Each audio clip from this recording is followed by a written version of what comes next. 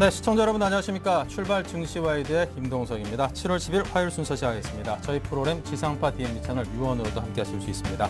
자, 전일 코스피 지수가 주말 발표된 미국 고용지표의 부진, 그리고 스페인 국채 금리의 상승 등 해외 악재 영향을 받으면서 2일 연속 하락 마감했습니다.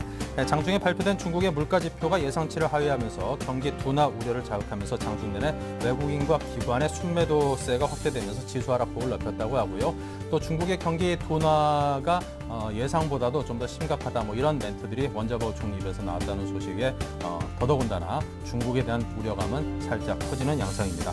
자, 오늘 새벽 마감한 뉴욕 증시는 유로존 재무장관 회의에 대한 관망세가 유지되고 있는 가운데 스페인의 국채 금리가 또 급등을 했고 어닝 시즌에 대한 우려감으로 인해서 하락 마감했습니다. 알코아의 실적이 5분의 1 토막 정도 났다는 그런 소식도 들리고 보면은 정말 실물 경제 자체가 만만치 않다 싶습니다. 자, 오늘 출발 증시와도 일부 주요 코너들부터 소개를 해드립니다. 강정원의 3% 공략주에서는 공략주 매매 원조인 강정원 전문가와 함께 장 초반 수익 극대화 가능한 종목 선정과 자세한 투자 전략을 듣습니다. 여의도 리포트에서는 동부증권 이의연 대리와 함께 알코아를 시작으로 개막된 미국의 2분기 어닝 시즌에 대한 전망과 향후 글로벌 증시를 이끌 변수를 예상하고요. 업종 스캐닝에서는 주요 업종과 종목들의 흐름을 실시간으로 낱낱이 살피고 효과적인 대응 전략을 세웁니다. 네, 먼저 강정원 전문가를 만나보겠습니다. 안녕하십니까? 네, 안녕하세요. 네, 먼저 국내 전일장과 뉴욕 증시 마감 상황부터 볼까요? 네, 국내 전일시장 코스피 지수 2일 연속 하락으로 마감했습니다. 대형주 낙폭이 좀 큰 모습을 보였는데요. 주말 미국 고용지표가 예상보다 좀 부진이 나타나면서 수하신에 좀 영향을 미친 그런 모습을 좀 보였고요. 즉 외국인들이 어제 큰 폭의 매도세를 보였습니다. 코스피 시장에서 3,315억의 순매도를 보였고요. 기관 역시도 458억의 순매도 우위를 보였습니다. 개인만 홀로 매수하는 그런 모습을 보였는데요. 어제는 역시 대형주가 큰 폭으로 하락하면서 일단 삼성전자가 3% 급락을 좀 했고요. 현대차라든가 포스코 전적으로 대형주 위주의 약세가 좀 두드러진 그런 하루였다라고 보시면 될 것 같습니다. 특히 건설주가 지난주에 구조조정 이슈까지 불거지면서 이 무더기로 좀 약세를 보였는데요. 현대건설과 대림산업, 현대산업개발, GS건설이 6%에서 2%까지 아주 큰 폭의 하락을 좀 보였다. 이렇게 좀 정리할 수 있을 것 같습니다. 코스닥은 역시 외국인 매도세가 나오면서 이틀 연속 하락하는 모습을 보였고요. 1.98포인트 하락한 495.23포인트로 마감했습니다. 개인과 기관이 순매수를 했습니다만 외국인이 순매도를 보이면서 지수 하락을 주도하는 그런 모습을 좀 보였고요. 코스피에서 외국인 순매수 종목으로는 OCI와 NHN, S-오일, 대우조선, 한국전력을 순매수하는 모습을 보였고요. 코스닥에서는 네오지인터넷, 서울반도체, 엔데스테크, 셀트리온, 파라다이스를 순매수하는 모습을 보였습니다. 기관은 코스피에서 삼성전자, KT, 현대차, 포스코, SK, 현대모비스를 순매수하는 모습을 보였고요. 코스닥에서는 게임빌과 OCI 머티리얼즈, 파트론, 유메이드, 컴투스의 순매수세를 보였습니다. 저는 미국 시장은 스페인 국채 상승률이 수익률이 상승을 계속 이어가면서 유로존 금융시장의 불안감이 좀 계속적으로 이어가는 모습을 보였습니다. 4월 연속 하락하는 모습을 보였고요. 다우지수 36포인트 하락한 12,736.29포인트로 마감했고요. 나스닥 역시도 5.51포인트 하락한 2,931.77포인트, S&P 500 지수도 2.2포인트 하락하면서 1,452.46포인트에 마감을 했습니다. 일단 유로존의 금융위기가 계속적으로 좀 시장을 좀 불안한 그런 모습을 좀 보여주고 있는 상황이고요. 스페인 10년물 국채 수익률도 7%를 상회하는 그런 모습을 좀 보여주고 있습니다. 전체적으로 유로존 17개국 재무장관들이 최근에 스페인을 지원하기 위한 방안을 논의하고 있는데 일단 최종적으로 어떻게 결론이 나오는지 이 부분이 이제 오늘 결정될 예정이고요. 전체적으로 그런 부분들 역시 유럽의 어떤 그 금융 위기 부분이 다시 한번 부각되면서 시장이 좀 하락하는 그런 모습을 보이고 있다라고 보시면 되겠습니다. 중국 역시도 물가 상승률이 좀 둔화되면서 전체적으로 시장 자체가 좀 불안한 그런 모습을 좀 보이고 있다.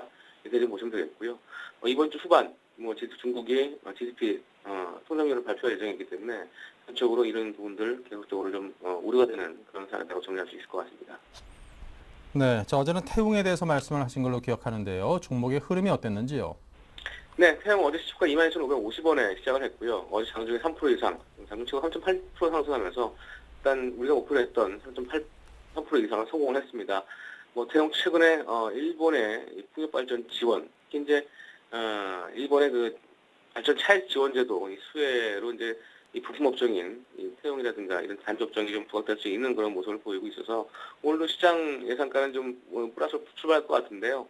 충분히 지금 주가 매트가 있는 그런 종목이라고 말씀드리겠고 원적으로는 3% 이상 성공했다 이렇게 정리를 해드리겠습니다. 네, 지금같이 어려운 장에서 이렇게 3% 이상 장중에도 넘나들고 그리고 종가 기준으로도 넘어가는 그런 종목들 무수히 발굴해 주셔서 참 감사를 드립니다. 자, 오늘 장 관심 종목 어떤 것일까요? 네, 오늘 시가공약주는 S에너지를 제시하도록 하겠습니다. 지난주에 한번 추천했었는데 다시 한번 오늘 시가공약주로 제시를 해드리겠습니다. S에너지는 2001년에 설립된 태양전지 모듈과 태양광 시스템 설치 발전 사업을 주업종으로 영위하고는 그런 회사고요. 연간 총 생산량은 350메가와트 달하면서 매출 구성도 역시 태양광 모듈과 발전 시스템 매출이 전체 90%를 차지하고 있습니다. 수출 비중이 97% 이상을 차지하는 그런 회사라고 보시면 되겠고요. 투자 포인트는 두 가지를 쓸 수 있는데요. 첫 번째는 역시 2분기 실적 보전 기대감입니다.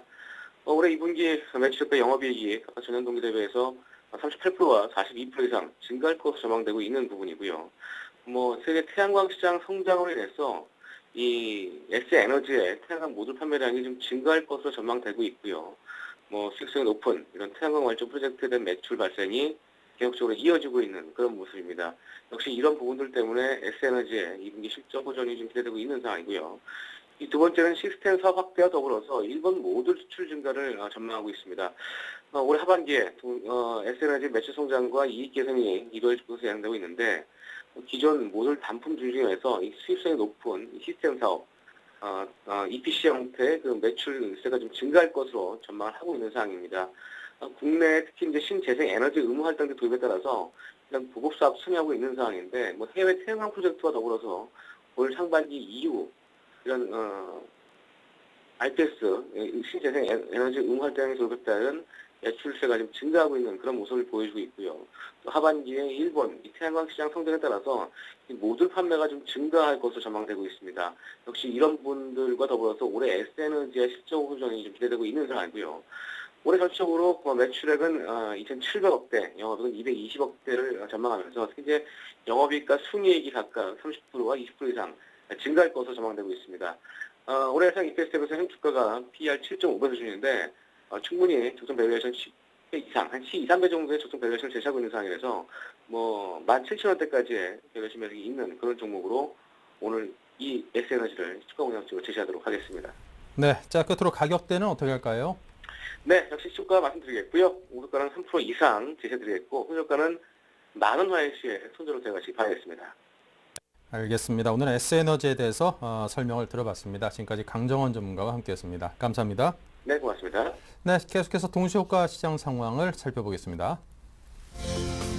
네, 오늘 시장 상황이 오르락 내리락 합니다. 제가 계속 강정원 전문가와 이야기를 나누는 동안에도 꾸준히 지켜보고 있었는데요. 플러스권에서 마이너스권으로 또 한 10포인트까지 하락을 했다가 다시금 보합권까지 또 끌어올려 왔습니다. 삼성전자도 빠졌다가 오르락 올라갔다 하다가 지금 한 0.8% 정도 올라 있고요. 현대차 역시 0.66% 상승입니다.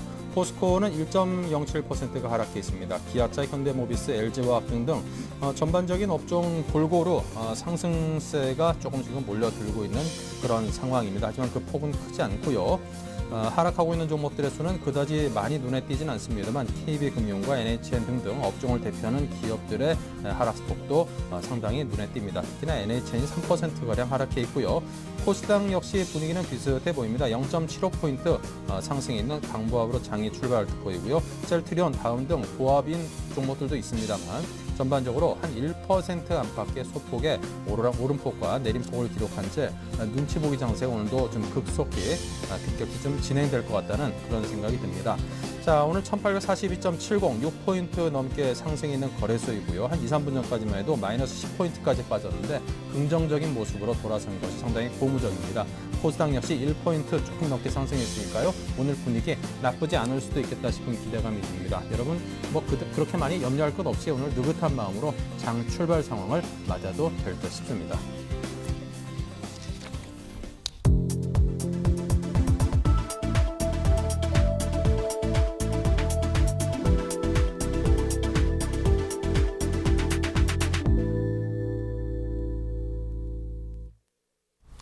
네, 오늘 저와 함께 하실 두 분의 전문가를 소개해드립니다. LNS 파트너스의 하창봉 팀장, 라이징스탁의 홍희진 팀장 두 분을 모셨습니다. 어서 오십시오. 반갑습니다. 네, 양시장 출발 상황이 모두 상승한 채 출발했는데요. 먼저 1840선을 회복한 채 출발한 거래소 하창봉 팀장께서 정리해 주십시오.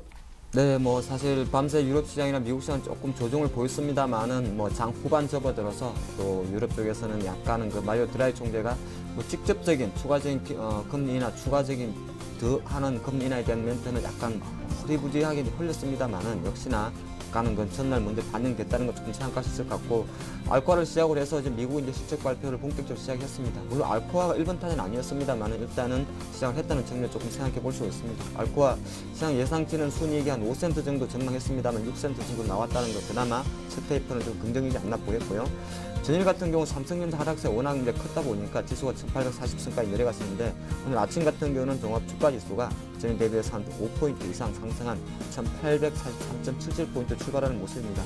사실 이제 올해 접어들어서 2012년도 연 시가가 1835포인트고 최근 5월 급락 이후에 이제 두 달여 동안의 어떤 중간값이 1835포인트 정도가 되는데, 일단 그걸 지지한다는 측면에서 조금 긍정적이고, 오늘은 잠시나마 다시 한번 뭐 1850선을 향한 기축 반등이 나올 수 있는 자리이지 않나 그렇게 보겠고요. 뭐 현재 상황에서 봤을 때는 일단 지수만 놓고 봤을 때는 전일 오후장의 하락폭을 조금 커버하는 수준에서 좀 반등세가 나오지 않나 보겠습니다. 시가총액 상위 종목 잠깐 보면 역시나 또 선두에는 삼성전자가 15,000원 상승 흐름을 보이다 보니까 지수는 좀 가볍게 당기지 않나 보겠습니다. 삼성전자 114만 호가 들어오면서 1.24% 상승하는 모습이고, 현대차 같은 경우도 11,500원 상승하는 모습입니다. 23만 호가 좀 들어오고 있습니다. 포스코는 조금 부지지부진한데 500원 하락한 73,500원 호가 들어오고 있습니다. 기아차 같은 경우도 자동차, 현대차 마찬가지로 1% 상승한 73,300원 호가 들어오는데, 최근에 보면은 뭐 현대차 23만원, 기아차 73,000원에 대한 어떤 지지율이 조금 강하기 때문에 낙폭은 조금 제한적이지 않나 보였고, 현대모비스 같은 경우도 2,500원 상승한 271,500원 호가 들어온 모습입니다. 최근 지난주까지만 해도 상당히 기관의 순환매성 내역과 들어오면서 화학적으로 좋았는데, 오늘은 LG화학이 31만 호가 보여주면서 1%의 상승을 보여주고 있는 것 같습니다. 삼성생명이라든지 보험주는 조금 약한 모습입니다. 삼성생명 오늘 200원 하락한 93,300원 호가 들어오고 있고요.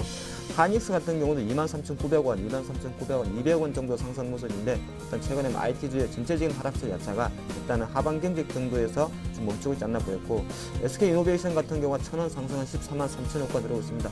어저께 같은 경우도 점유율 많이 급락을 했었는데, 밤새 또 WTI 같은 경우가 1달러 이상 상승한 85달러 99센트까지 올라가는 모습을 보였기 때문에, 지난주 금요일부터 월요일 어제까지 약간 낙폭이 과했던 종목에서 조금 반등세가 나오지 않나 보였고, NH 같은 경우는 최근 26만원까지 조금 올라가는 모습 보였습니다만 오늘 약간 차익 실현 매물이 좀 나오다 보니까 5천원 하락한 25만 8,500원 호가 들어오는 모습입니다. 그래서 시가총액 상위 종목은 대부분 포스코를 제외하고는 전일의 어떤 낙폭에 다시 약간 되돌림성 반등이 나오면서 지수는 조금 8포인트 이상 반등을 당기지 않나 보겠습니다. 수급 잠깐만 살펴보면 아침이지만은 일단은 외국인이 매수가 조금 들어오는 모습입니다. 외국인 쪽에서 143억의 매수가 들어오고 있고요. 기관 쪽에서는 기타 법인에서 한 86 정도 매도가 있기 때문에 사실은 은행이라든지 보험 상품에 조금 매수가 들어오고 있습니다만은 전체적인 기관의 매수 금액은 2억 원 정도에 좀 국한된다 볼 수 있습니다. 어저께 약간 반짝 2,000개의 선물 매수가 들어갔던 외국인은 다시 한번 오늘은 1,100계약 정도 선물 매도를 조금 보이는 모습입니다.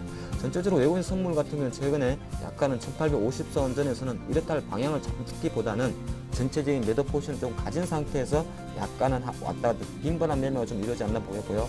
그러다 보니까 어저께는 반짝 들어왔던 차익 프로그램 매수가 장 초반에는 24억 정도 매도가 나온다 볼 수 있습니다. 하지만 차익 프로그램 쪽에서 매도는 나오고 있습니다만은 비차익을 통한 150억 정도의 매수가 있기 때문에 현재 수준에서는 프로그램 영향력은 좀 제한적이지 않나 보겠습니다.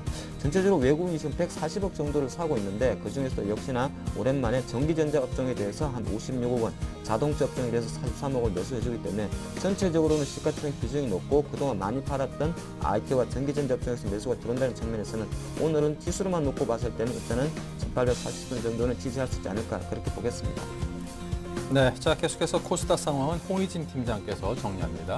자, 일단 시가총액 상위 종목부터 간단하게 좀 보는 게 좋을 것 같습니다. 일단 뭐 셀트리온이나 뭐 다음, CJ 오쇼핑 같은 지금 그동안에 좀 힘이 있었죠. 근데 이제 최근 들어서는 상당히 조금 지지부진한 흐름이 좀 나타나고 있는데, 아무래도 시가총액 상위 종목 중에서는 서울반도체가 가장 강한 흐름이 아닌가라고 생각이 들어집니다. 그다음에 안읍 같은 경우도 일단은 강보합세를 좀 유지를 하고 있고, 그다음에 시젠 같은 경우도 어제 급등 이후에 지금 강보합세로 좀 나타나고 있긴 하지만은 힘 자체가 일단은 긍정적이지 않다. 그러니까 지금 오늘 코스닥 시장 자체는요, 뭐 시가총액 상위 종목들에 대한 반등세가 상당히 좀 크다기보다는요, 아무래도 지금 삼성전자가 어느 정도 좀 반등이 나오면서 IT 부품 관련주, 특히 이제 BH 같은 경우 수급이 상당히 좀 좋아지면서 상승 탄력을 좀 확대시키는 모습이죠. 그래서 지금 뭐 FPCB 관련된 종목, 그러니까 PCB 관련된 종목 중에서는 뭐 대덕 GDS라든지 BH 같은 종목들의 흐름이 상당히 좀 좋다라는 거 확인하실 수가 있습니다. 인터플렉스 같은 경우는 뭐 기업 가치적으로 봤을 때 상당히 좀 좋지만 현재로서는 수급적으로 봤을 때는 상당히 뒤처진다라는 거 좀 확인하실 수가 있고요. 그다음에 뭐 이라이콤이나 뭐 이녹스 같은, 그러니까 지금 이런 종목들도 상당히 좋은 흐름이 지금 보여지고 있다라고 보시면 될 것 같고요. 그러니까 지금 삼성전자의 강세가 이어진다면요, 오늘 같은 경우는 일단 IT 부품 관련주들, 그러니까 이 부분에서 상당히 좀 큰 폭의 상승세가 연출될 수도 있기 때문에 삼성전자의 강세가 좀 지속적으로 유지되는지, 그러니까 IT 부품주를 갖고 계신 분들은 좀 반드시 좀 체크하자 한번 말씀드리도록 하겠습니다. 그다음에 지금 박근혜 관련 테마주겠죠. 이지라든지 보령 메디앙스, 아가방 컴퍼니 같은 종목들, 세움 메디칼 같은 종목들 일단은 장 초반에는 상당히 좀 강했지만 그 상승 탄력이 상당히 좀 둔화가 되고 있습니다. 아무래도 오늘이죠. 지금 타임스퀘어, 영등포 타임스퀘어에서 대선 출마를 좀 발표할 예정이기 때문에 그런 측면에서 어느 정도 좀 기대감이 있긴 하지만은 시장에서는 아무래도 호재 소멸로 반응을 좀 단기적으로 할 가능성이 높기 때문에 좀 긍정적인 대응보다는 일단은 좀 관망하시는 전략이 상당히 좀 좋지 않나라고 말씀드리도록 하겠습니다. 그다음에 이제 코나이나 유비블럭스, 그다음에 지금 다날, KG 이니시스, 한국사이버게이트 같은 전자기기 관련 종목들 상당히 좀 계속해서 좀 좋은 흐름을 좀 보여주고 있는 것 같습니다. 시장 분위기는 상당히 좀 어렵지만은 이들 종목도 상당히 좋아지고 있다는 거 지금 확인하시면 될 것 같고, 그다음에 지금 의료기기 관련 종목에서 뭐 휴비치나 오스템 임플란트 계속해서 좀 강세를 보이고 있죠. 아무래도 좀 실적에 대한 기대감이 상당히 좀 커지는 것 같기 때문에 그런 부분도 계속해서 좀 관심을 가져보시고, 일단 갖고 계신 분들은 충분히 좀 보유하실 수 있다라고 좀 말씀드리도록 하겠습니다. 그다음에 OCI나 웅진에너지, 오성 LST, S에너지 같은 태양광 업체들 흐름이 나쁘진 않지만 그렇다고 강한 흐름도 아니겠죠. 그렇다고 과거와 지금 비교를 해봤을 때 흐름이 상당히 좀 개선된 그 흐름을 확인하실 수가 있기 때문에 일단은 수급 상황이 지금 상태만 유지가 된다면은 상당히 좀 긍정적인 관점으로 태양광 관련 업종, 특히 이제 풍력이라든지 지금 태양광 관련 업종들은 뭐 신재생 에너지에 대한 정부 각국 정책들이 나타날 수 있는 그런 시점이기 때문에 좀 지속적으로 좀 관심을 가져보자 한번 말씀을 드려보도록 하겠습니다. 수급적인 부분 간단하게 좀 말씀드리면요, 일단은 뭐 코스피 상승세가 좀 꺾이면서 코스닥도 약간은 좀 주춤하는 모습이죠. 근데 이제 코스닥 시장 외국인들이 한 1억 정도 순매수를 좀 보여주고 있고요. 그다음 기관 같은 경우는 일단은 지금 보합입니다. 그러니까 지금 매수 매도가 지금 나타나고 있지 않은 상황인데 가장 중요한 것은 기관 쪽에서 매수가 많이 들어와야만 추가적으로 상승세가 좀 나타날 수 있기 때문에 기관에서 좀 면밀히 좀 보시면서 좀 코스닥 시장을 좀 대응을 해보자 하는 말씀을 드릴 수 있을 것 같습니다. 네, 자 계속해서 외환과 채권시장 한현증권 리서치센터 전소영 연구원과 듣겠습니다. 안녕하십니까? 네, 안녕하세요. 네, 먼저 외환시장 정리 부탁드립니다. 네, 스페인의 지방정부 디폴트 우려가 나오고 있는 상황이고, 미국에서는 어닝 시즌을 앞둔 경계감이 이어지면서 위험 통화가 약세를 지속하는 모습을 보이고 있습니다. 오늘 같은 경우는 중국의 경제지표 발표, 무역수지가 발표될 예정인데요. 만약에 이제 무역수지가 또 소비자 물가처럼 이제 좀 좋지 않게 나올 경우에 달러 환율 1140원대 초반을 지지될 가능성이 높아 보입니다. 오늘 같은 경우는 전일 대비 90전 상승한 1142원에 개장하면서 좀 눈치 보기가 이어지고 있는 그런 상황입니다. 달러 환율 수급상으로 봤을 때는 외국인이 채권 시장에서의 상당한 매수가 유입이 되면서 환 시장에 있어서는 좀 매도 압력이 좀 강한 상황이지만, 반면에 또 주식 자금 같은 경우는 매도세가 이어지고 있는 그런 모습입니다. 오늘 같은 경우야 소폭 순매수로 출발하고 있는데 여부 계속 지켜보셔야 될 것 같고요. 수급상으로는 이렇게 여러 가지 재료들이 부딪히면서 대체로 스퀘어 모습을 보이고 있다라고는 그런 판단입니다. 전반적으로 봤을 때는 1140원대 초중반 흐름이 좀 지속될 것으로 예상이 되고 있고요. 이런 대외 변수라던가 그리고 수급상으로 봤을 때 방향성의 탄력을 받기는 단기간에 조금 어렵지 않나라는 그런 판단입니다. 네, 자 채권시장의 흐름은 어떤가요?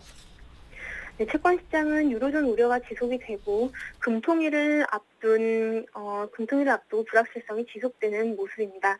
오늘 같은 경우는 전일 대비 4틱 하락한 104.97에 국채 선물이 시작되고 있습니다. 그동안에 금통위에서 기준금리 인하 기대감, 통화정책의 완화 기대감이 상당 부분 가격에 반영이 된 상황에서 금통위를 이틀 앞두고 있기 때문에 이런 부분들이 어느 정도 일시적인 조정으로 나타나고 있는 모습입니다. 금통위에서의 기준금리는 동결이 될 것으로 상당 부분 예상이 되고 있는 상황이고요. 다만 이제 김중수 총재의 코멘트가 시장에 상당한 방향성을 제공할 수 있기 때문에 이런 부분들을 좀 불확실성으로 변수로 작용할 수 있을 것 같습니다. 네, 자 지금까지 한현증권 리서치센터 전소영 연구원과 함께 외환과 채권 시장 동향 살펴봤습니다. 감사합니다. 네, 감사합니다. 네, 자 계속해서 여의도 리포트 김보람 아나운서 만나봅니다. 안녕하세요. 여의도 리포트 김보람입니다. 어제 코스피가 1830까지 내려간 이후에 오늘은 1840선에서 반등 출발하고 있는데요. 각 증권사들은 어떠한 시장 전략을 내놓는지 증권사 리포트 확인합니다. 먼저 동양증권입니다. 방향성 결여 구간에서 생각해본 투자 전략 소개합니다. 현대증권은 2분기 실적 시즌의 수급, 외국인보다는 기관을 보자고 살펴보고 있고요. 신한금융투자는 런던 올림픽 메달 따는 종목 찾아봅니다. 우리투자증권은 유럽 사태에 대한 같은 듯 다른 시장 반응을 분석합니다. 마지막으로 동부증권은 우울한 어닝 시즌 투자 전략을 제시하네요. 이 가운데 동양증권부터 자세하게 살펴보겠습니다.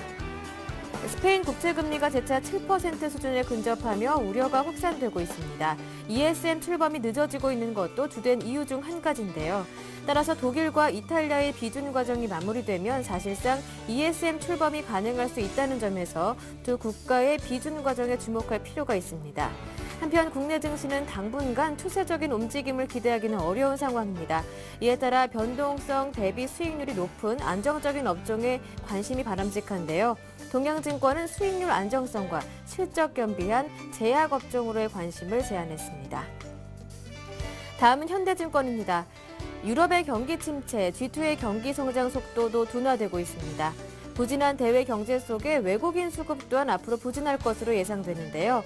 업종별 실적의 차별화는 지속될 것으로 예상되는 가운데 IT, 자동차 중심으로 실적 호전이 지속될 것으로 보이며 소재, 산업재는 하반기 턴어라운드 전망이 유효해 보입니다. 2분기 실적 시즌은 이러한 업종을 바탕으로 기관 수급 모멘텀이 뒷받침되는 종목으로 단기 대응할 것을 권고했습니다. 계속해서 신한금융투자입니다. 런던 올림픽이 보름 앞으로 다가왔습니다. 하지만 올해는 과도한 올림픽 특수에 대한 기대감은 낮출 필요가 있다고 봤는데요. 따라서 지수나 특정 업종의 수혜를 기대하기보다는 올림픽의 직접적인 수혜가 기대되는 종목에 접근할 것을 제안했습니다. 관련 종목들로는 광고, 방송, 인터넷, 게임, 홈쇼핑 관련주를 제안했습니다. 다음은 우리투자증권입니다. ESM 시기가 늦어지고 스페인, 이탈리아의 국채 금리는 급등하면서 시장 우려가 다시 높아지고 있습니다. 하지만 최근 조정 역시 지난 6월 말 EU 정상들이 합의한 방안들을 구체화하는 과정에서 나타날 수 있는 일시적인 흔들림에 머물 가능성이 높아 보입니다. 따라서 최근 조정을 저점 매수의 기회로 삼는 것이 바람직해 보이는데요. 코스피 대형주의 가격 메리트가 빠르게 부각되고 있다는 점을 감안하면 대형주의 반등 또한 가능한 시점이기 때문에 코스피 대형주로의 접근을 제시했습니다. 네, 마지막 동부증권 리포트 내용은 신논현역 지점 이의연 대리를 통해 자세하게 들어보겠습니다. 안녕하세요. 네, 안녕하세요. 네, 어닝 시즌 전략 제시를 한다면요? 네, 일단 우선 본격적인 어닝 시즌이 시작됐는데요. 전일 미국 최대 알루미늄 업체 알코아가 실적을 발표하면서 어닝 시즌이 시작됐습니다. 시장의 반응은 대체적으로 싸늘한 것으로 나왔는데요. 알코아는 지난 2분기에 매출이 59억 6천만 달러로 전년에 65억 9천만 달러에서 줄었으나 시장 전망치인 58억 1천만 달러는 웃돌았습니다. 예상치는 웃돌았으나 예상치 자체가 낮았던 점을 감안하면 그리 좋은 성적표는 아닌데요. 대외적으로 유럽 불황과 중국의 경기 둔화 등으로 미국 기업들의 2분기 실적이 부진할 것으로 예상되고 있습니다. 이와 함께 포드 자동차와 반도체 업체인 텍사스 인스트루먼트 등 42개 기업이 어닝 시즌을 앞두고 2, 4분기 실적 전망치를 하향 조정한 것으로 나왔습니다. 그리고 우리나라 기업들의 사정도 다르지는 않을 것으로 보입니다. 증권사들의 2분기 기업 실적 추정치가 지난달부터 계속 하향 조정되고 있고요. 어닝 쇼크에 대비하라는 말까지 나오고 있는 실정입니다. FN 가이드 전망치 12월 결산법인 127개 2분기 영업이익 추정치가 4월 초 27조 6,365억 원에서 현재 26조 5,720억 원으로 한 3.5% 정도 하향 조정되었고요. 의료 경기 소비재 업종이 소폭 증가할 것으로 예상되는 것을 제외하면 대부분의 업종의 전망치가 조정되고 있습니다. 저번 주 대장주인 삼성전자의 2분기 영업이익 추정치가 사상 최대로 나왔으나 이는 핸드폰 부분에 기댄 성과이고 어찌 보면 부익부 빈익빈의 현 경제 상황을 단적으로 보여준다고 생각합니다. 그리고 두 번째 이제 G2의 추가 양적 완화 가능성 체크가 중요한 한 주가 되겠는데요. 일단 중국의 추가 부양 가능성은 커졌습니다. 전일 중국의 6월 소비자 물가는 지난해 같은 달보다 2.2% 상승한 것으로 나왔는데요. 이는 29개월 만에 가장 낮은 상승률로서 윈저바우 총리까지 나서서 경기 하강을 우려하는 상황에서 전달에 이어 지준율 인하 후 금리 인하 순서에 경기 부양 제거의 정당성을 부여할 수 있을 것으로 보입니다. 또한 미국 연방 FOMC 내부에서도 추가 부양책이 필요하다는 주장이 잇따라 나왔는데요. 찰스 에반스 시카고 연방준비은행 총재와 존 윌리엄스 샌프란시스코 연방은행 총재 등은 외부 강연에서 FRB가 추가 채권 매입 등에 나서야 한다고 언급하기도 했습니다. 오는 11일 전달 FOMC 의사록 공개가 있는데요. 전달 미국의 경제 진단과 통화정책의 방향성에 대해 확인이 필요할 것으로 보입니다. 만일 추가 양적 완화가 이루어진다면 8월에는 FOMC 회의가 없는 관계로 이달 말이나 9월 달이 될 것으로 보입니다. 그리고 국내 내부적으로는 12일 한국은행의 금리 인하 여부와 같은 날 이제 옵션 만기의 방향성에 대해서도 관심이 필요할 것으로 보입니다. 그리고 마지막으로 유럽을 살펴보겠는데요. 아직 넘어야 할 산이 많을 것으로 보입니다. 전일 금일 이틀에 걸쳐서 EU 재무장관 회의가 열리고 있는데요. 지난달 말 EU 정상회담에서 합의된 사안들에 대해서 구체적인 이행 방안이 도출되는지 여부에 따라 투자자들이 민감하게 반응할 것으로 보입니다. 일단 전일 회의에서는 핵심 대책 논의를 20일 특별회의로 미루며 별 성과 없이 종료됐습니다. 다만 스페인 적자 목표 달성 기한 연장이 10일 회의에서 공식 결정될 것으로 알려지고 있습니다. 이 부분은 스페인의 국채 수익률이 어저께도 7% 이상 치솟았는데요. 이런 상황에서는 구제금융과 관련된 세부 조건을 원활하게 매듭될 수 있도록 최소한의 조치를 응급책으로 시행한 것으로 일단은 시장에 긍정적인 영향을 미칠 것으로 보이고요. 또한 드라기 유럽 중앙은행 총재는 경제 상황이 악화될 경우 기준금리를 추가적으로 인하할 가능성이 있음을 시사했고요. 그러나 독일이나 네덜란드, 핀란드, 북유럽 국가들이 여전히 추가 조건 완화나 이런 부분에 대해서 반대하는 입장을 보이고 있어서 앞으로도 계속 넘어야 할 고비들이 많을 것으로 보입니다. 그리고 아직까지 전달 회의에서 정해졌던 가이드라인의 구체적인 실천 방안이 나오는 것이 없이 주요 세부 사항은 다음번으로 미루는 모양새라 여전히 내관을 가지고 있는 유럽이라고 생각됩니다. 이에 따라 이번 주 금주 투자 전략을 보면요. 여전히 박스권 트레이딩이 유효할 것으로 보이고 1800 초중반에서 분할 매수하시고 1800 후반대에서 매도하시는 전략으로 일단은 저희 지수 하단은 악재 반영 과정이 충분히 진행돼 견고한 편이나 상승을 또 이렇게 견인할 만한 모멘텀이 부족하기 때문에 지수 상단 하단 다 막혀 있는 모습입니다. 일단 관심 업종으로는 올림픽 관련 수혜주로 방송 콘텐츠나 그리고 전기전자 업종 그리고 최근에 낙폭이 과다했던 증권업종, 건설업종 그리고 추가적으로 이익률 전망치가 좋은 의료정밀 업종을 추천드리고요. 최근 하락장에서 코스닥 등 중소형주의 상대적인 강세가 있었던 만큼 반등장에서는 대형주의 업종별 반등을 기대해 볼 수 있는 구간으로 판단됩니다. 예, 이상입니다. 네, 말씀 잘 들었습니다. 오늘 도움 말씀 고맙습니다. 네, 감사합니다. 네, 지금까지 여의도 리포트였습니다.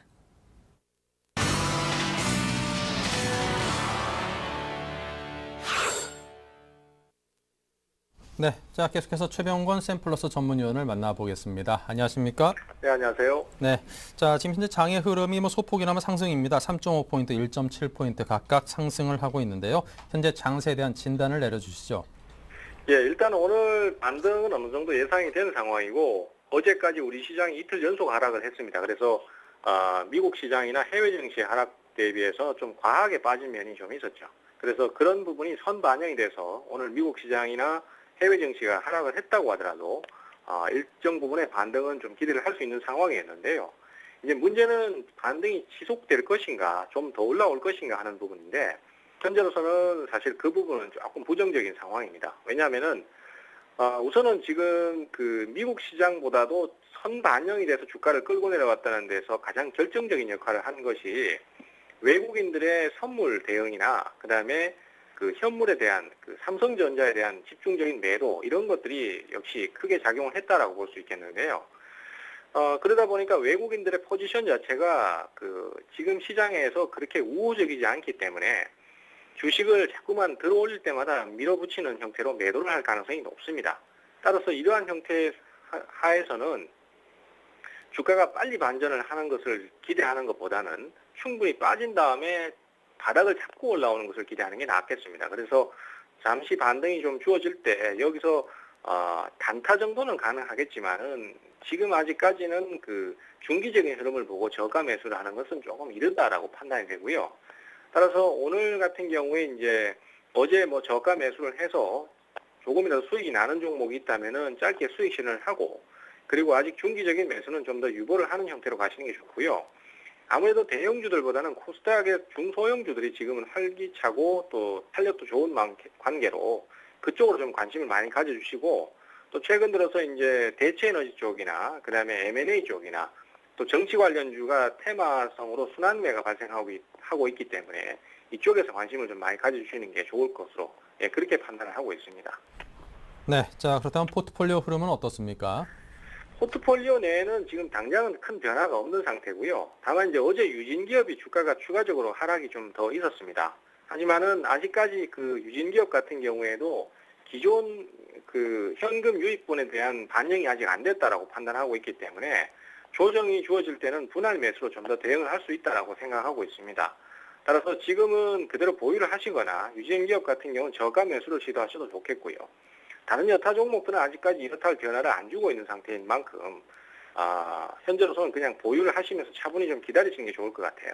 특히 이제 한국전자인증이나 파미셀이나 게임하이 같은 종목들은 좀 길게 조정을 받은 상태이기 때문에 시장의 하락에는 덜 취약할 것으로 예상을 하고 있습니다. 그래서 지금으로서는 좀 차분히 기다리시다가 강한 반전 시도가 나오면은 그때 강도를 봐서 매도를 할 것인지 또 아니면 그대로 끌고 갈 것인지 이것을 결정 지으시면 될 것 같고요. 전체적으로 지금 포트는 그대로 홀딩 전략을 말씀드리도록 하겠습니다. 네, 자 지금까지 최병권 샘플러스 전문위원과 함께했습니다. 감사합니다. 감사합니다.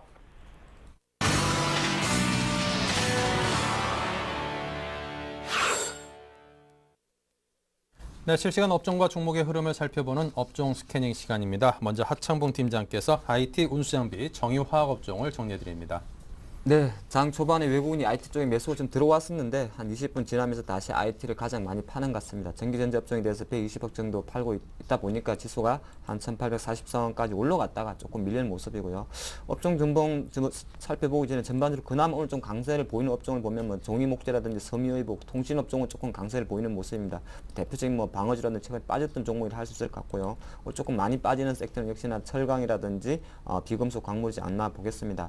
시가총액 이제 전기전자 업종부터 잠깐 살펴보면은 대형 IT에서는 지금 삼성전자 다시 한번 아침엔 좀 강한 흐름을 보였습니다만은 다시 112만 원은 밀리면서 강보합세로 조금 밀리는 모습입니다. 역시나 외국인의 수급은 어쩔 수가 없다 그런 말씀드리겠고 갤럭시 S 이야기 나오고 있습니다만은 계속적으로 수급이 약간은 외국인 측면에서 아시아 시장, 이머징 시장의 주식을 비중을 줄이는 차원에서 시가총액 비중이 높은 삼성전자에 대한 매도. 그러니까 삼성전자가 실적이 어떻고 갤럭시 S가 어떻게 중요한 것이 아니라 주식을 비중을 줄이는 차원에서 외국인 매도가 나오다 보니까 삼성전자 조금 약세를 보이고 있지 않나 보겠습니다.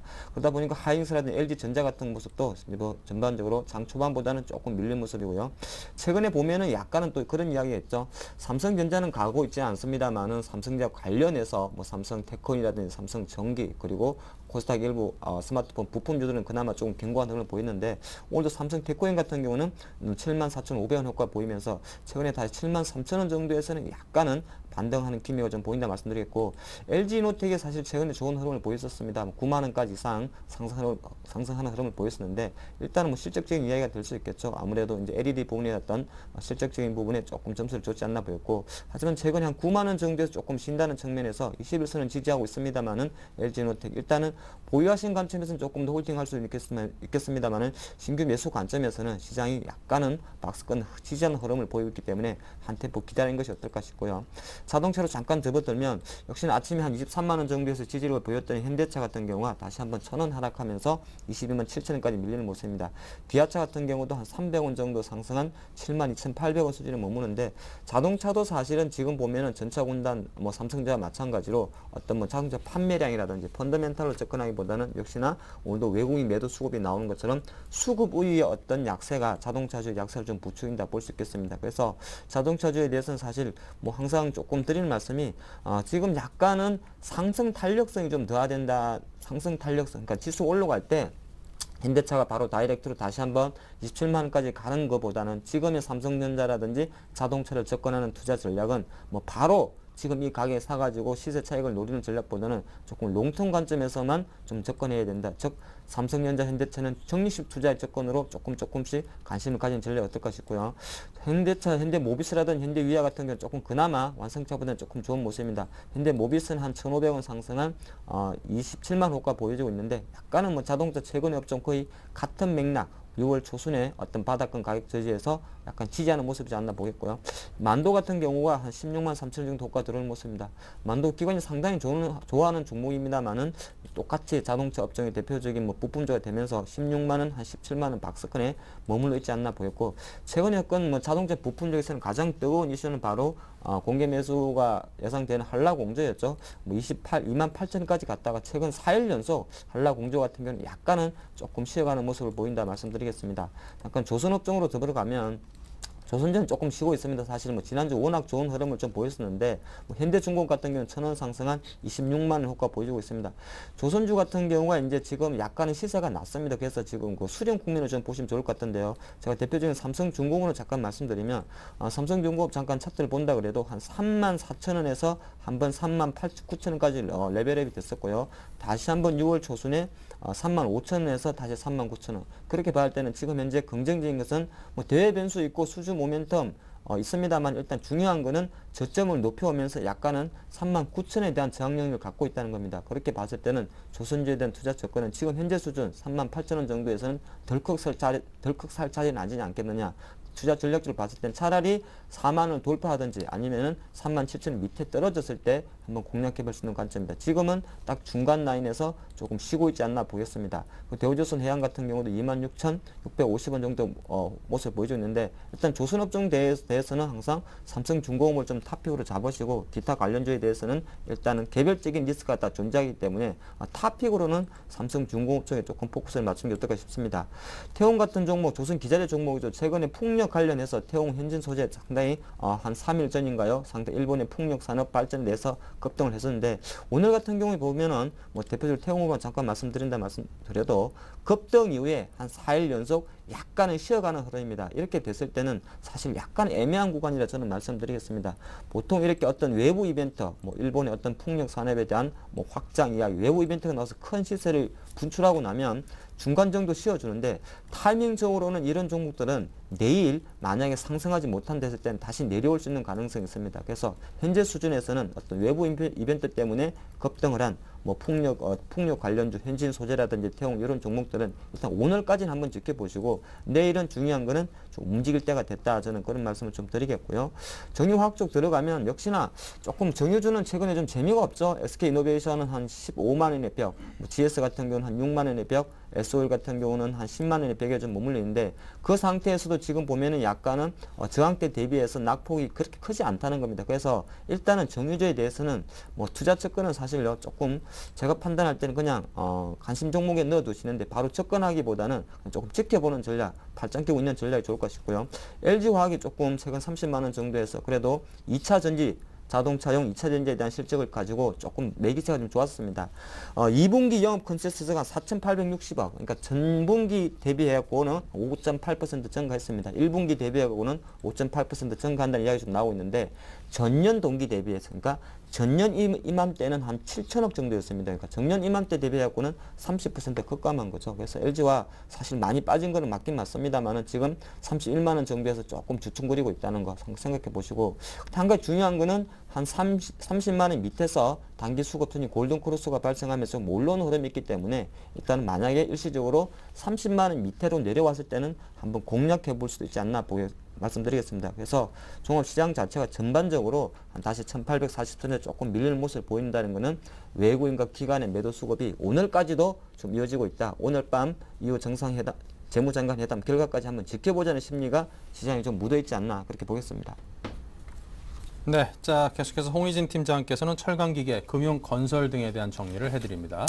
자, 지난주 상당히 좀 부정적인 의견을 좀 드렸었죠. 어느 정도 상당히 리스크 관리가 좀 필요하고 비중이 크신 분들은 좀 줄이자라는 좀 말씀을 좀 드렸었는데, 이번 주도 좀 마찬가지 의견이 될 것 같습니다. 그러니까 지금 제가 말씀드린 뭐 철강이나 기계, 건설, 금융업종, 그 경기에 굉장히 좀 민감하죠. 그러니까 경기가 좋지 않다라면은 이 업종들이 빠질 수밖에 없습니다. 그 이유 자체는 아무래도 상품값에 영향을 받고 수주에 대한 영향을 받는 그런 업종들이기 때문에 경기가 무엇보다 중요하다고 보시면 될 것 같아요. 근데 이제 최근에는 뭐 삼성전자나 현대차 같은 경우는 그러니까 기업 가치, 그러니까 브랜드 이미지가 올라가면서 경쟁력이 생긴 케이스지만은 지금 뭐 철강이나 뭐 기계, 뭐 건설 같은 경우는 그러한 부분이 물론 적용이 되긴 하지만은 그들 뭐 IT나 자동차보다는 그런 적용이 상당히 좀 안 되는 그런 업종이다라고 좀 보시면 될 것 같기 때문에 경기가 무엇보다 중요하다라는 거 지금 다시 한번 좀 말씀드려보도록 하겠고요.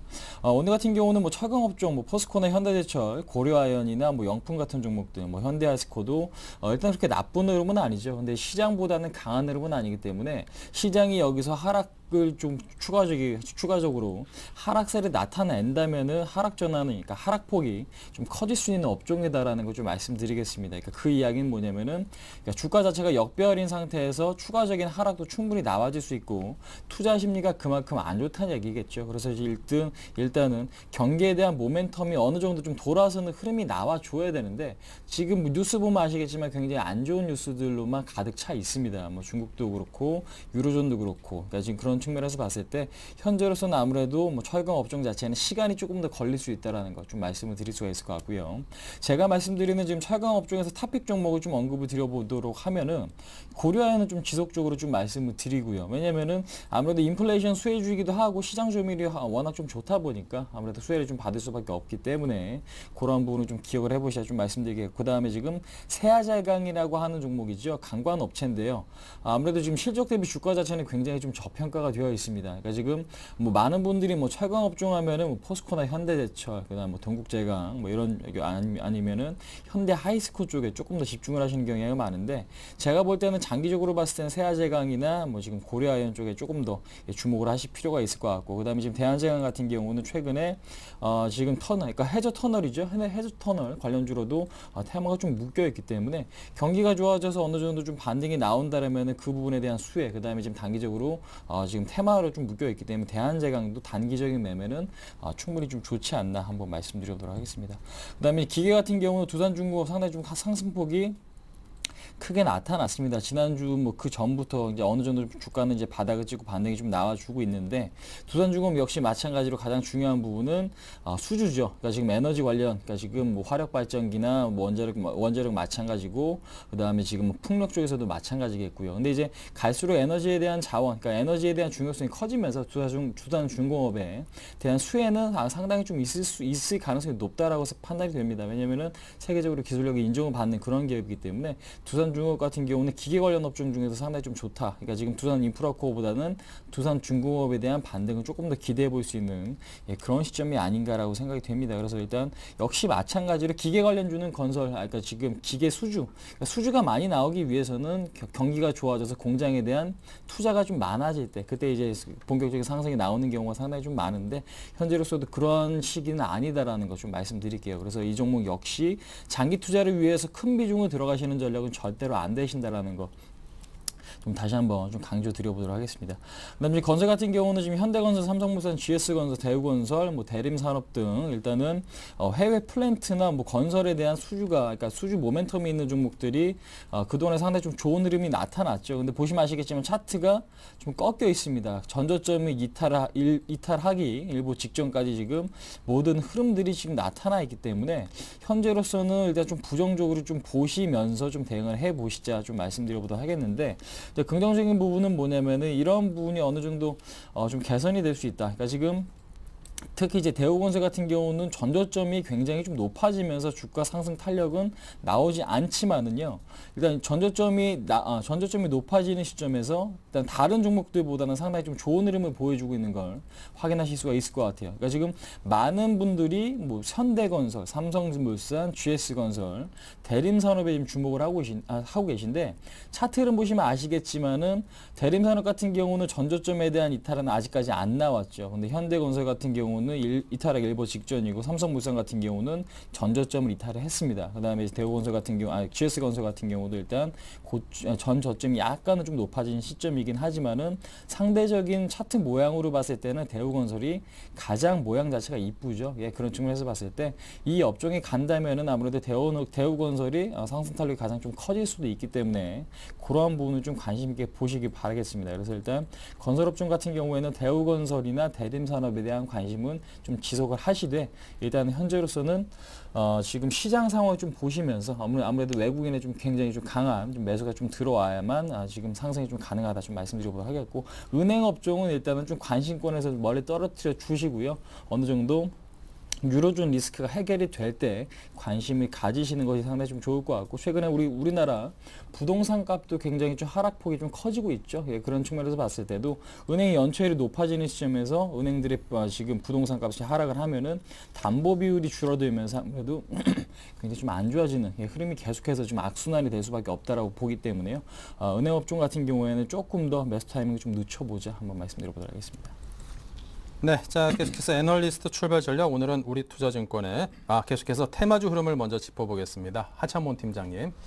네, 뭐 장이 좀 지지부진하다 보니까 이렇다 할 점은 테마 없는 것 같습니다만 아침에 오랜만에 짧은 테마 하나 있네요. 제주도에 돼지 콜레라 양성 반응이 난다 그래서 이제 아침에 보니까 파로라든지 중앙 백신 대표적인 이제 신종 인플루엔자 관련주죠. 물론 낙폭이 뭐 그렇게 많지는 상승폭이 크진 않습니다만 파로 같은 종목이 한 5.23% 상승을 하고 있고 중앙 백신 같은 경우도 약간 밀렸습니다만은 장 초반에는 뭐 한 10% 이상 상승하는 모습을 보였었는데 사실 이쪽 같은 경우는 지금 시장에서 확인된 게 아닙니다. 지금 보니까 돼지 콜레라 양성 반응이 나왔다고 합니다. 근데 이것이 외부 전염에 의한 건지 아니면 백신 전염인지에 대해서 지금 판단하는 것 같습니다. 만약에 외부 전염에 의한 것으로 판정이 되면 뭐 주변에 한 500마리 정도를 도살해야 된다 그런 이야기 조금 나오는데 일단 예전에도 보면은 이 돼지 콜레라 관련주들은 상당히 단발성이었다는 거 좀 생각하시면서 조금 생각해야 된다 말씀드리겠고요. 전반적으로는 시장이 시세는 지지부진한 상태에서 이랬다 할 특징적인 테마는 없는 것 같습니다. 그러다 보니까 제가 코스피 또 유명 뭐 기존에 있던 테마 위주를 먼저 살펴보겠습니다. 가장 그래도 테마면서 실시되는 거 화장품부터 살펴보면은 최근에 뭐 에이블 CNC 같은 경우는 역시나 64,700원까지 상승하면서 조금 견고한 흐름을 보였습니다. 화장품 관련주들은 테마라고 엮기는 좀 애매합니다만 중국 관련 어떤 내수주를 보시면 좋을 것 같은데 뭐 에이블 CNC나 코스맥스라든지 한국콜마 같은 게 워낙 좋은 흐름을 보였었기 때문에 항상 좀 체크해야 될 섹터지 않나 보겠습니다. 근데 최근에 약간의 특징은 코스맥스가 한 28,000원 정도, 한국콜마가 12,000원 정도 언저리에서 약간은 추가 상승에는 버거워하고 있다. 이 부분 한번 체크하셔야 될 것 같고요. 두 번째 태양광 잠깐 살펴보겠는데 태양광주 지난주 같은 경우 상당히 시장에 큰 훈풍을 불어넣었습니다. OCI 같은 경우가 한 30만 원까지 상승을 보여줬고요. 일본발 어떤 태양광 산업에 대한 확대라든지 중국발 어떤 호재가 조금 붙였었는데 최근 접어들어갖고는 OCI가 다시 한번 글쎄요 제 기대와 조금 거의 반대쪽으로 가고 있습니다. 저는 한 23만 원에서 가지 않을까 생각을 했는데 다시 한번 23만 원 조금 밀리면서 전체적으로 약간의 쉬어가지 않는 흐름이 보이고 있지 않나 보겠고요. 근데 그 중에서도 대표적으로 아마 오늘 아침 추천주에도 나왔던 종목 같은데요. 태양 전지 묘들 같은 걸 하고 있는 SN에너지 같은 경우는 OCI와는 상대적으로 좀 다르게 그래서 최근에 조금 좋은 흐름 보여주면서 반등 탄력세는 조금 이어가지고 있지 않나 보겠습니다. 그래서 태양광 관련주들은 사실 어떤 테마로 엮여 있습니다만은 이것이 워낙 물려 있다가 조금 올라오는 흐름이기 때문에 시세 연속성에 대해서는 조금 의문이 듭니다만은 일단은 중요한 거는 OCI가 그래도 바닥권에서는 약간은 바닥은 좀 찍지 않았냐 이런 생각을 조금 하는 것도 나쁘진 않겠다 말씀드리겠고요. 풍력 쪽에서는 사실 태웅 아침에 한 번 더 말씀드렸듯이 약간은 좋은 흐름인데 글쎄요 시세 연속성에 대해서는 아까 제가 말씀드렸듯이 태웅 같은 경우는 한 23,500원을 다시 돌파하는지를 한번 생각해 보시고 그 다음에 좀 들어가야 된다 말씀드리겠고요. 최근에 약간 코스타 그래서 IT 중에서 잘 가는 것이 그래도 LED 쪽의 어떤 종목들이 조금 좋은 흐름을 보이고 있지 않나 보겠습니다. LG이노텍도 대표적인 LED 관련주가 될 것 같고요. 오늘도 97,700원 호가 들어오고 있고 삼성전기 같은 경우도 10만 원 정도 호가 들어오고 있는데 이런 종목 중에서 최근에 약간 제가 특징주라 말씀드리는 거는 금호전기를 한번 말씀드리고자 합니다. 금호전기 지금 잠깐 차트를 같이 보시겠는데 최근에 보면은 워낙 많이 빠졌습니다. 작년에 한 27,000원 하던 주가가 최근에 한 달 내 17,000원 정도까지 빠졌다가 지금 보면은 바닥권에서 꿈틀꿈틀 올라오는 모습입니다. 오늘도 한 3% 상승한 2150원의 효과를 보여주고 있는데 일단은 금호전기에 대해서 LED 조명에 대한 모멘텀에 조금 점수를 주면서 기관들의 매수가 좀 들어오는 모습입니다. 기술적으로나 차트적으로나 봤을 때 약간은 2만원 초 밑에서는 지금 19,000원 정도에서 거래량을 수반하면서 상승 흐름을 보이고 있기 때문에 과거에 화려했던 CCF 쪽에서 화려했던 과거를 다시 돌아가기는 좀 힘들 것 같습니다만은 많이 빠졌던 데 대해서 그리고 LED 조명에 대해서 점수를 조금 준다는 측면에서는 금호전기 한번 관심을 가질 수 있지 않나 보겠습니다. 네, 자 계속해서 홍희진 팀장께서는요. 자, 일단은 지금 테마주 오늘 그렇게 눈에 띄는 테마는 없는 것 같습니다. 박근혜 관련 테마가 잠깐 상승하는가 싶더니 이지 같은 경우는 하락폭이 상당히 좀 커지고 있죠. 예, 그런 측면에서 봤을 때 대선 관련 테마도 일단은 조금 더 지켜보시면서 대응을 하시는 게 좀 맞지 않나라고 생각이 되는데 일단 주목을 하셔야 될 게 앞으로 뭐가 지금 좋아질 수 있을까? 그러니까 지금 그러니까 종목을 고르실 때는 앞으로 그러니까 미래의 성장성에 대해서 조금 더 생각을 해보실 필요가 있을 것 같은데 로봇 관련 테마가 앞으로 좀 부각될 가능성이 높습니다. 왜냐면은 아무래도 지금 대선 관련 기간 중에 이런 부분, 그러니까 로봇 산업에 대한 육성을 정부 정책 수혜주로서 지금 로봇 산업 자체가 정부 정책 수혜주로서 좀 부각될 가능성이 높기 때문에 삼성 테크윈이나 유진로봇, 그 다음에 지금 다스텍이나 그 다음에 지금 퍼스텍 같은 종목들, 그러니까 지금 작은 종목이나 실질적으로 수익이 좋아지면서 오를 수 있을 만한 삼성 테크윈 같은 경우도 관심이 있으면 현재로서는 좀 필요해 보이지 않나라고 생각이 되고 있고요. 그다음 중국 관련주는 언론에서 굉장히 좀 많이 지금 얘기가 나오고 있죠. 화장품이나 게임이나 이러한 부분. 근데 제가 보는 관점에서는 접근을 하지 않으셨으면 좋을 것 같습니다. 그러니까 지금은 좋지만 어느 순간 급락이 나오면 그 이야기가 안 좋게 바뀔 가능성이 높죠. 예, 그렇기 때문에 현재로서 모바일이나 인터넷 관련, 그다음에 지금 화장품 관련주, 특히 이제 AVCNC도 그렇고 코스맥스도 그렇고 서서히 지금 너무 좋은 얘기가 좀 많이 나오는 시점에서는 좀 멀리 해보자라는 거 조금 말씀을 드릴 수가 있을 것 같고요. 그다음에 지금 앞으로 보시면은 스마트폰 확산, 그러니까 스마트 기기 확산이나 아무래도 경기가 어렵다 보니까 온라인 결제가 좀 늘어나면서 전자결제 시장이 상당히 좀 커질 가능성이 높죠. 다날이나 KG 이니시스 상당히 좀 좋은 흐름을 보여주고 있는데 일단은 시장보다는 상당히 좀 강한 흐름이 지금 나타나고 있습니다. 그렇기 때문에 전자결제 관련 지금 시장도 일단은 긍정적으로 좀 바라보시는 게 좀 맞지 않나라고 생각이 되고 있고요. 그다음에 지금 정부 정책 수혜주로서 일단은 그동안에 좀 부각이 됐었던 지금 해저터널이죠. 울트라건설이나 한국선제, 그다음에 특수건설 같은 종목들 시세가 아직까지 꺾인 것 같지는 않습니다. 여기가 고점이다라고 지금 논하기에는 아직까지 흐름 자체가 그렇게 약한 건 아니기 때문에 현재 단기적인 상승 탄력 좀 줄 가능성이 높기 때문에 일단 해저터널 관련주들은 일단 관심 있게 보신 다음에 어느 정도 분봉이나 일봉상의 하방 경직성이 나오는 구간이 있으면은 충분히 좀 관심 가져도 될 그런 타이밍이 아닌가 한번 말씀드려보도록 하겠습니다. 네, 자 계속해서 우리투자증권 이경민 책임연구원과도 이야기를 이어가겠습니다. 안녕하십니까? 예, 안녕하십니까? 네, 자 오늘 장에 대한 흐름에 대한 진단을 좀 해보겠습니다. 좀 지루합니다. 그래도 떨어지지 않은 것만 해도 다행이다 싶은 생각은 드는데요. 네, 지금 현재 보면은 이틀 연속 하락한 이후 오늘은 강보합권에서 등락을 반복하고 있습니다. 일단 1830선, 그러니까 분위기 반전에 성공했던 6월 28일 장대 양봉의 중간 지수대에서는 지지력을 보여주고 있다는 점에 있어가지고는 좀 어느 정도 하방 경직성을 기대해 볼 수 있는 상황이라 볼 수 있겠지만요. 삼성전자, 현대차 같은 종목들이 시장의 중심을 잡아주지 못하고 또 오늘도 보합권, 약보합권이나 또 약세를 보이고 있다는 점에서는 좀 부담스러운 흐름을 보이고 있습니다. 반면에 최근 들어서 시장의 질적인 측면이 바뀌는 거 아닌가라는 우려감을 자극할 수 있는 소식들이요. 통신, 섬유유복, 전기가스, 종이목재, 보험과 같은 내수주, 그리고 경기 방어주 성격들의 종목들이 좀 강세를 보이고 있다는 점, 그리고 외국인들은 이런 업종들에 좀 매수를 집중하고 있다는 점이 좀 불안한 모습을 보이고 있는 건 사실입니다.